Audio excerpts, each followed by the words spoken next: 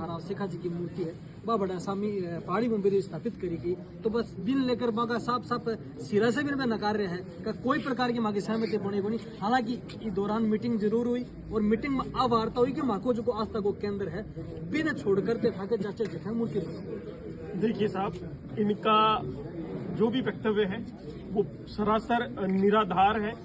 मुझे ये कहते हुए बड़ा दुख हो रहा है कि मेरे आदरणीय गुरुजी BL रणवा साहब और हमारे प्रदेशाध्यक्ष पूर्व आदरणीय हरि जी भाई साहब, मैं आपको क्या बताऊं कितना दुख है मुझे इस बात को कहते हुए कि उन्होंने ऐसी बात कैसे कह दी।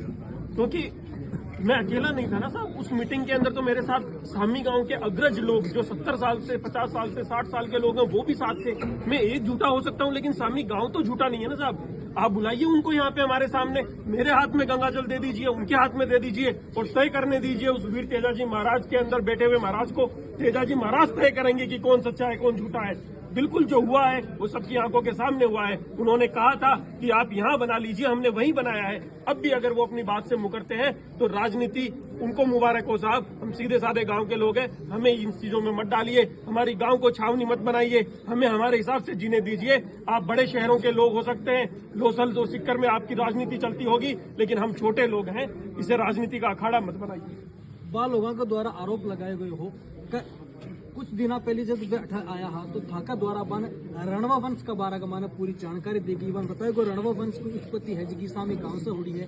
अरबी का बाद वहाँ पूरा हिंदुस्तान में रणवा वंश का लोग पेरियड है, बड़े 30 लोग आया वहाँ तो स्वागत सत्कार भी करे हो, खूब बन जानकारी दी। लेकिन अब रणवा वंश है जो सामी सरपंच की आंख हम खटक रही। मेरी इसे गलती मान लीजिए या जो भी है, लेकिन मैंने उनको जो चीजें थी उनका जिक्र उनसे किया, उनको बताया। इसके लिए मैं जो बात हुई है उसके लिए कभी नहीं बोलूंगा, बिल्कुल भी नहीं बोलूंगा। जो बात है वो सीना ठोक के कहूंगा।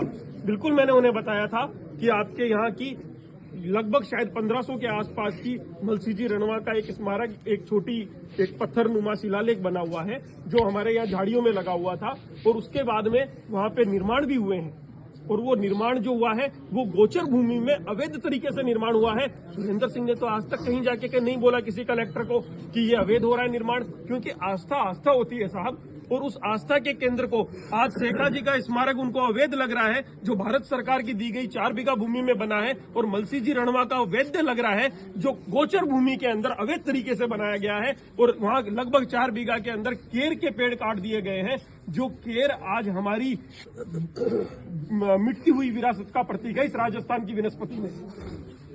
वहां का द्वारा आरोप लगाया गया कि रणवा वंश इस तरीका से खटक रहे हैं सामी सरपंच की आंखा का मायने है कि वोटर लिस्ट से वहां को नाम गायब करवाए जा रहे हैं। वोटर लिस्ट जारी हुए तो भी का मायने जब एक कोई वोटर को नाम लिखा तो भी का आगे भी कोई एड्रेस लिखा कि भाई मलसी जी का मंदिर के पास का मायने, तो वो हटवा कर वह राजनीति करी जा रही है। के साथ कमा पहाड़ी पर देखी वहां का जगह पुरातत्व जगह कुछ भी प्रकार से साक्ष्य जगह वन मिटाया सामी सरपंच के द्वारा वहां का वन मिटाया गया, नष्ट कराया गया, हटता के बगे शिला लेकिन कुआम तक डाल दिया गया। सरासर निराधार चीजें हैं।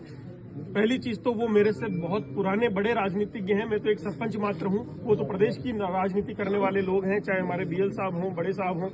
तो उनको शायद ये पता होगा कि गांव की जो वोटर लिस्ट है या वार्डों का पुनर्गठन हुआ है उसकी जिम्मेदारी के अंदर जो महत्वपूर्ण 3 अधिकारी होते हैं उसमें BLO होता है, साथ में उसमें पटवारी होता है और ग्राम सेवक जी होते हैं।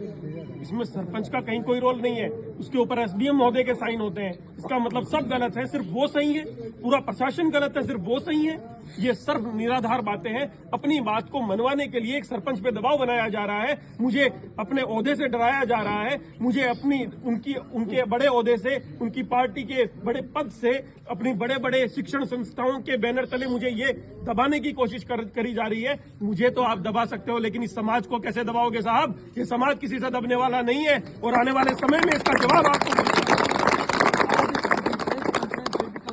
हरिराम जी रणवा पे थाका पर सीधो आरोप लगाए को सामी सरपंच है जो खुद के राजनीतिक स्वार्थ के लिए अहंकारी बन चुके हैं। और अहंकार अब तो आ चुके हैं कि आज पूरा क्षेत्र का मान एक प्रकार से 2 समाजों के बीच में व्यवस्था पैदा कर। कौन सा समाज? रणवा समाज या जाट समाज? जाट समाज की बात। जाट समाज की तो यहाँ हमारे लगभग 35 से ज्यादा गोत्र हैं।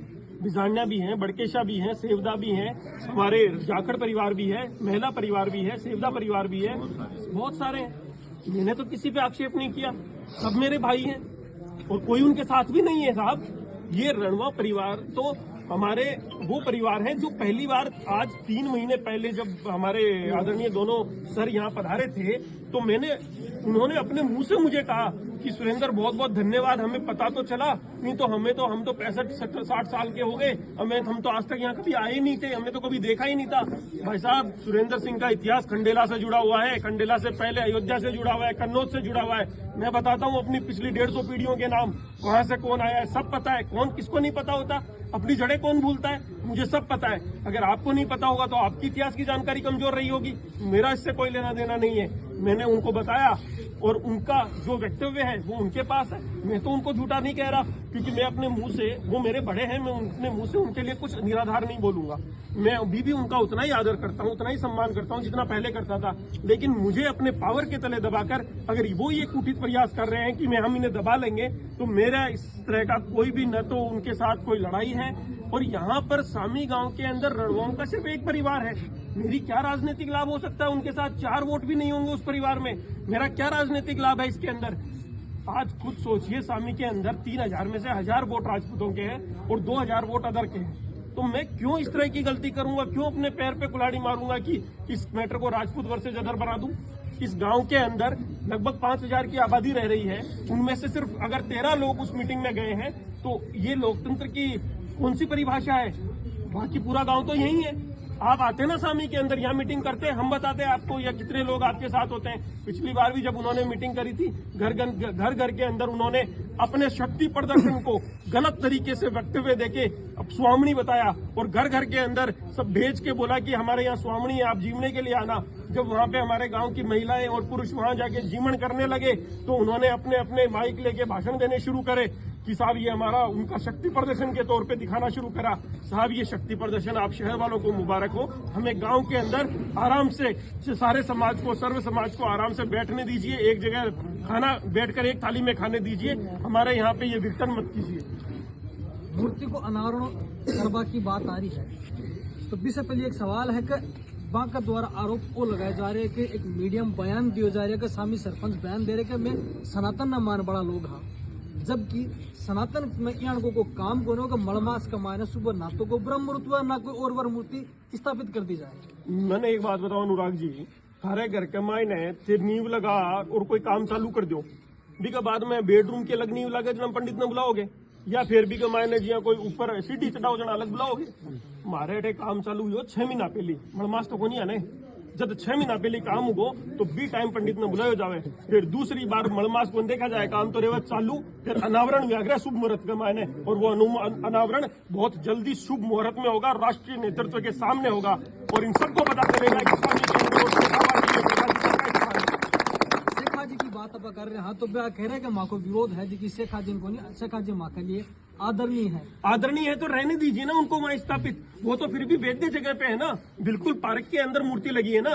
जो मलसी जी रणवा है उनका स्मारक भी सामी में है, शेखा जी का भी स्मारक सामी में है, दोनों का एक साथ बड़ा उद्घाटन करते हैं, क्या समस्या है? भाईचारे की मिसाल देते हैं, जाट राजपूत जिंदाबाद के नारे लगाओ ना, कौन मना करता है?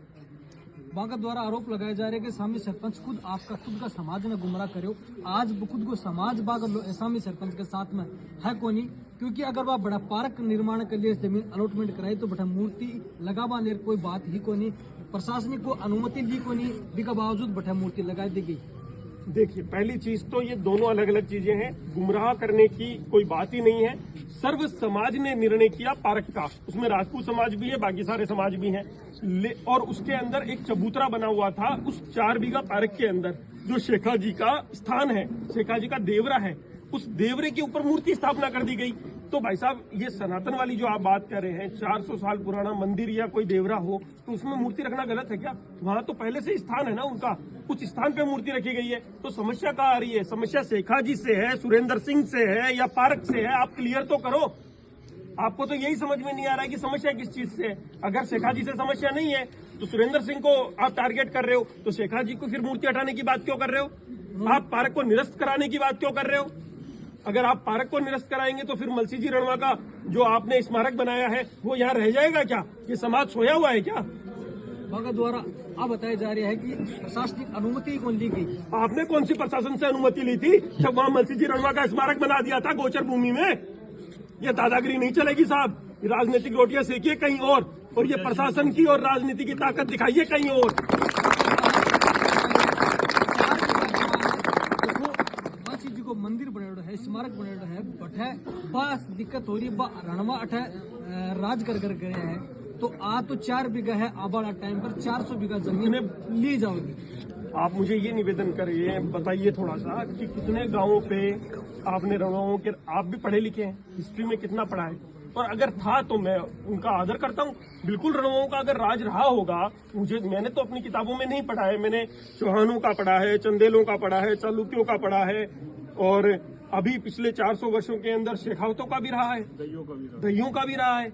अब दहियों का शासन काल रहा है लगभग 1100 के, वो कहते हैं कि 1100 के आसपास, तो 1100 के आसपास तो यहाँ दहियों का शासन था। तो उनका कब शासन रहा है ये उनको पता होगा। देखिए मैं ये नहीं कहता कि वो झूठे हैं, हो सकता है उनके